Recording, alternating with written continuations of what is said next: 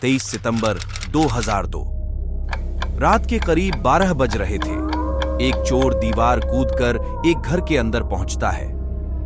यह घर हैदराबाद के कुंदन बाग इलाके में स्थित है और इस इलाके में अधिकतर रईस लोग रहते हैं। चोर घर के अंदर प्रवेश करता है। घर के बाहर एक कार लगा होता है, लेकिन घर के अंदर बिल्कुल लाइट नहीं थी। चोर अपनी टॉर्च जलाकर घर के अंदर धीरे धीरे पांव रखता है। घर के अंदर बिल्कुल सन्नाटा पसरा हुआ था और देखकर ऐसा लग रहा था कि इस घर को कई दिनों से साफ नहीं किया गया है। वो पूरे घर में इधर उधर टॉर्च जलाकर देखने लगता है, लेकिन उसे कोई भी कीमती चीज नहीं दिखाई देता है। इसी बीच उसको हॉल में सीढ़ी दिखता है और वो सीढ़ी से ऊपर की तरफ जाता है, जहां और भी कई कमरे बने हुए थे।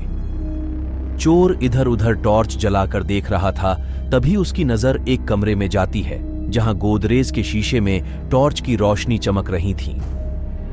वह कमरे में जाकर अपनी टॉर्च चारों तरफ घुमाता है, लेकिन जैसे ही उसकी टॉर्च की रोशनी रूम में रखे बेड पर पड़ती है, चोर के हाथ से टॉर्च छूट जाता है और वो जोर जोर से कांपने लगता है। उस बेड पर 3 खून से सनी लाश पड़ी हुई थी। ये देखकर चोर उल्टे पैर बहुत तेजी से घर से बाहर भागता है और घर का दीवार कूदकर कुछ दूर भागने के बाद वह रुकता है। वह काफी बुरी तरीके से हाँफ रहा था।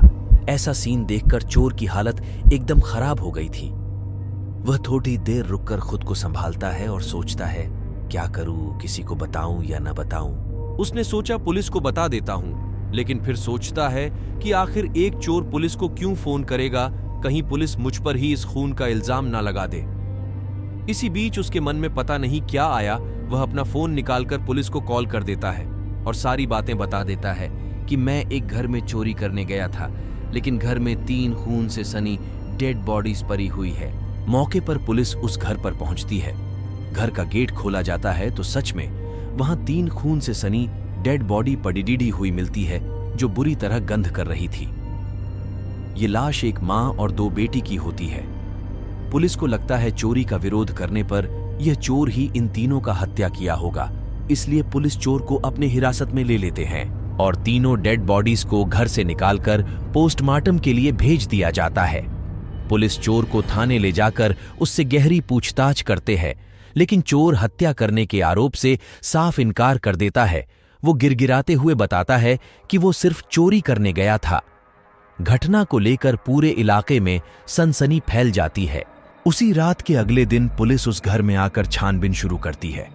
घर का हालत देखकर ऐसा लग रहा था जैसे यहां बहुत समय से कोई रहता ही नहीं है। पुलिस को कमरे से काले जादू की साजो सामान और भी अजीब अजीब चीजें, जैसे इंसानी खोपड़ी, खून से भरे बोतल, काले जादू की किताब और एक फेनॉल की बोतल मिलती है। इसी बीच अगले दिन पोस्टमार्टम रिपोर्ट आता है और ये बात पुलिस को पता चलता है कि ये जो डेड बॉडीज है, इनकी मौत अभी नहीं बल्कि 5 या 6 महीने पहले ही हो चुकी है। ये सुनकर पुलिस का दिमाग खराब हो जाता है। आखिर 6 महीने से इस घर में लाश पड़ा हुआ है, तो इनके पड़ोसियों को पता कैसे नहीं चला? इनके कोई रिश्तेदार अब तक खोजबीन क्यों नहीं किया? अब पुलिस को उस चोर के बात पर यकीन हो जाता है कि उसने हत्या नहीं किया है। पुलिस सब सवालों को लेकर मोहल्ले में पड़ोसियों से पूछताछ शुरू करती है, लेकिन पड़ोसियों की बात सुनकर पुलिस का दिमाग और खराब हो जाता है। पड़ोसियों के अनुसार उन तीनों की मौत ही नहीं हुई है। वे कहते हैं कि उन लोगों ने कल ही उस घर में उस औरत की बेटी को खेलते देखा था। कुछ लोग कहते हैं परसों ही उस औरत और उसकी बेटी को कचरा फेंकते हुए देखा था। यहां तक उस शाम भी वो मां बेटी मोमबत्ती जलाकर घर का चक्कर लगा रही थीं, जिस दिन चोर घर में घुसा था। पुलिस को लगता है पड़ोसी शायद किसी साजिश की वजह से झूठ बोल रहे हैं, इसलिए वो और लोगों से पूछताछ करते हैं, सबका क्रॉस इंटरोगेशन करते हैं, लेकिन ये बात सच होती है जो पड़ोसी बता रहे थे। पड़ोस का कहना था कि उस घर में 4 लोग रहा करते थे, पति पत्नी और उनके 2 बच्चे। कुछ दिन बाद पति उस घर को अचानक छोड़कर चला गया। अब उस घर में बच गए बस 3 लोग। आस पड़ोस के लोगों का कहना था कि वो जो औरत थी वो दिमागी तौर से बीमार थी। समय बीतने के साथ साथ उस औरत की बीमारी बढ़ती गई तो पति उनको छोड़कर चला गया। इसके कुछ दिन बाद तीनों बड़ी अजीब हरकतें करना शुरू कर दिया। लोगों ने बताया कि उनके घर से जोर जोर से चीखने की आवाजें आती थी। तीनों माँ बेटी रोज शाम में मोमबत्ती जलाकर घर का चक्कर लगाती थी। लोगों ने यह भी देखा कि उसकी छोटी बेटी, जिसकी उम्र करीब 12 साल की थी, वो खून से भरी बोतल से खेला करती थी। कुछ लोगों का यह भी कहना था कि वो औरत एक थैला लेकर घर के आसपास दिखती थी और उस थैले से खून टपकता रहता था। घर के बाहर जो कार लगा था उसमें बैठकर तीनों माँ बेटी कचरा फेंकने घर से बाहर आती थीं, जबकि घर से कचरा फेंकने की दूरी 100 मीटर भी नहीं थी। आसपास के लोग तो उन लोगों को कल भी देखे थे और उन्हें पड़ोसी हर रोज देखा करते थे। ये तीनों बड़ी अजीब अजीब से हरकतें किया करते थे, इसलिए पड़ोसी भी इनसे बात नहीं करते थे। जब पुलिस द्वारा यह बात पड़ोसियों को पता चलता है कि इन लोगों के मरे 6 महीने बीत चुके हैं, तो लोग काफी हैरान हो जाते हैं और इलाके में डर का माहौल बन जाता है। लोग इस घर की तरफ दिन में भी जाना बंद कर देते हैं। अब ये सारी बातें जानकर पुलिस भी हैरान थी। उनके लिए इस केस को सुलझा पाना एक मिस्ट्री बन गई थी। पोस्टमार्टम रिपोर्ट के हिसाब से पुलिस चोर को हत्या के आरोप से मुक्त करते हुए चोरी के जुर्म में कम सजा देकर रिहा कर देती है। पुलिस ने इस केस को कई एंगल से जांच किया, लेकिन उन्हें कुछ पता नहीं चल पाया। उन्होंने यह भी जांच किया कि क्या पता इन लोगों ने आत्महत्या किया हो या फिर उस औरत के पति ने मार दिया हो, लेकिन पुलिस के सवालों के जवाब आज तक नहीं मिल पाया।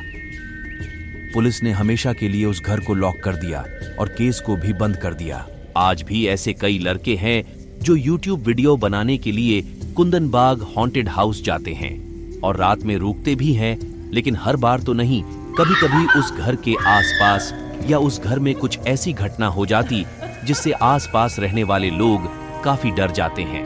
जैसे जब से उस घर से डेड बॉडीज बरामद हुई थी, तब से इस घर को हाउंटेड मानकर लोकल बिजली विभाग ने इस घर बिजली कनेक्शन काट दिया था। फिर भी रात को कभी-कभी घर के फर्स्ट फ्लोर पर लोगों को एक बल्ब जलते दिखता है। ऐसे ही कई घटना है जो कुंदनबाग हाउस को और हॉन्टेड बनाती है।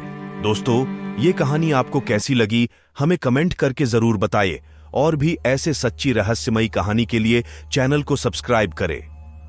हम मिलेंगे अगले वीडियो में नए कहानी के साथ। तब तक के लिए धन्यवाद।